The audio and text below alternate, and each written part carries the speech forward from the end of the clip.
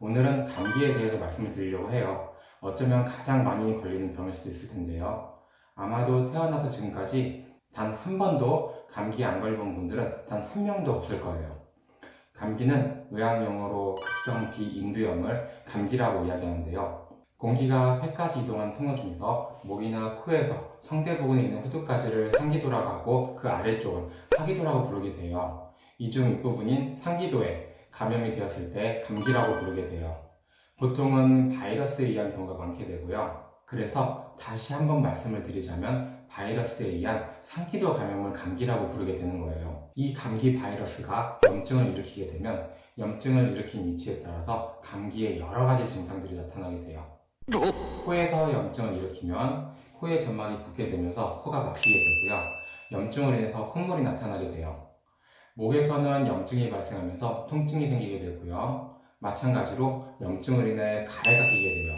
이 가래를 뱉어내기 위해 혹은 목의 상처로 인한 자극이나 가려움증으로 인해서 기침이 생기게 되고요. 그 외에 전신적인 증상으로 두통이나 발열, 오한, 근육통 등이 생기게 돼요.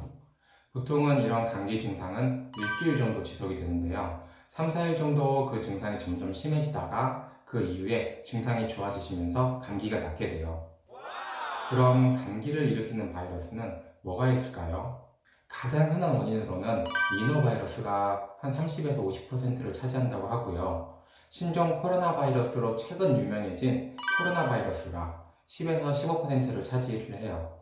그 외에 호흡기 세포 융합 바이러스, 파라인플루엔자 바이러스, 그리고 아데노바이러스, 엔테로바이러스, 그리고 그 외에도 많은 바이러스가 감기를 일으키는 데 관여를 해요.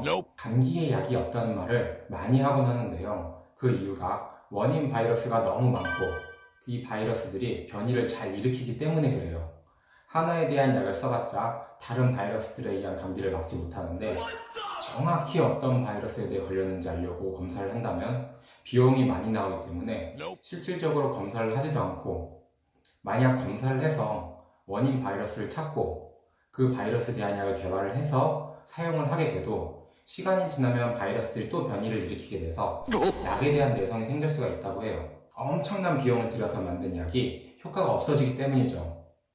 그리고 무엇보다 치료약을 만들지 않는 가장 큰 이유는 감기에 걸려도 보통 대부분 큰 문제 없이 시간이 일주일 정도 지나면 낫기 때문에 약을 개발하고 대량으로 생산하는 데 드는 비용에 비해서 약을 써서 얻는 이득이 적다고 생각하기 때문이에요.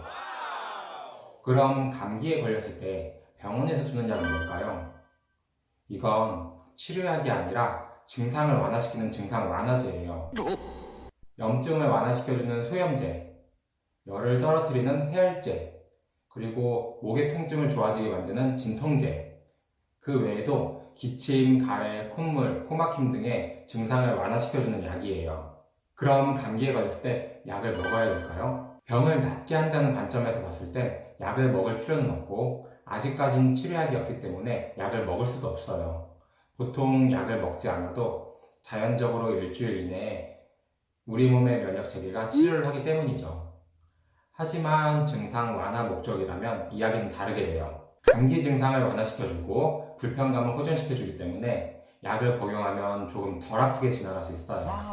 물론 약을 남용한다는 비판도 있지만 불편한 증상이 있고 해결시켜줄 약이 있는데 굳이 약을 먹지 않고 이겨낼 필요는 없을 거예요. 가끔 약을 먹으면 내성이 생기지 않냐는 질문들도 하시는데 감기약은 내성이 생기진 않아요. 항생제는 내성이 생길 수가 있고 진통제도 오랜 기간 복용하게 되면 내성이 생길 수가 있지만 감기약은 잠깐 복용하기 때문이에요. 또한 약을 드실 때는 증상에 맞춘 약을 드시는 게 제일 좋긴 해요. 코 감기 증상이 없는데 굳이 코감기약을 먹을 필요는 없겠죠. 득은 없고 해만 될 수 있으니까요. 그래서 종합감기약보다는 증상에 맞추어서 약을 복용하시는 편이 조금 더 나으실 거예요. 또 하나 감기라고 마냥 우습게 볼 수는 없어요.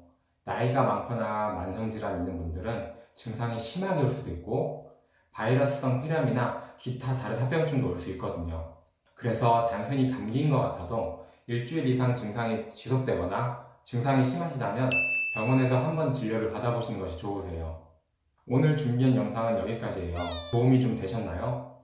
다음에도 유익한 주제를 가지고 다시 한번 찾아뵙겠습니다.